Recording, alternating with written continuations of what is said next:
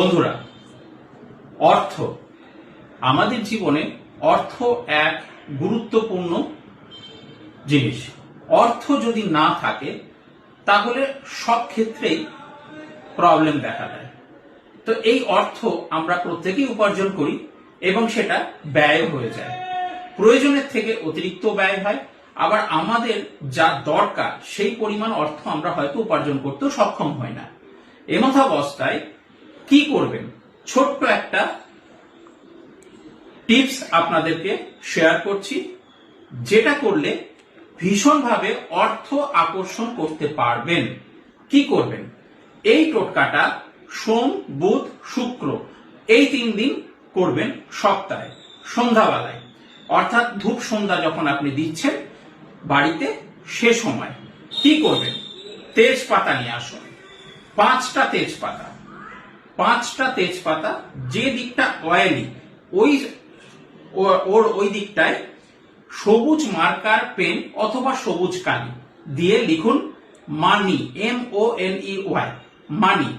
নিচে লিখুন 555, উপরে লিখুন মানি, নিচে লিখুন 555।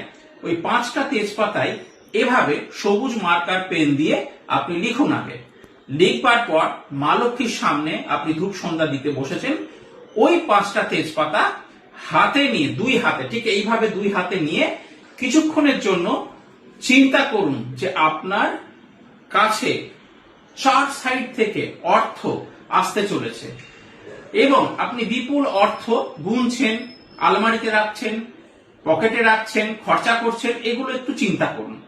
করবার পর ওই তেজপাতা, 5টা তেজপাতা, যে প্রদীপ বা মোমবাতি আপনি জ্বালিয়েছেন মা লক্ষ্মীর সামনে, চেষ্টা করবেন ঘি দিয়ে প্রদীপ জ্বালানো।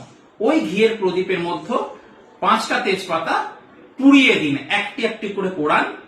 কমপ্লিট হয়ে গেলে, শেষ হয়ে গেলে ওই তেজপাতাগুলো যে অ্যাশটা রইল, সেই অ্যাশটা আপনি ফু দিয়ে ইউনিভার্স অর্থাৎ বাড়ির বাইরে আপনি ফেলে দিন। এইভাবে নিরন্তর 1 মাস করতে থাকুন এবং এটা চালিয়ে যান। দেখুন আস্তে আস্তে আপনার অর্থ 4 সাইড থেকে আবার আসতে শুরু করেছে।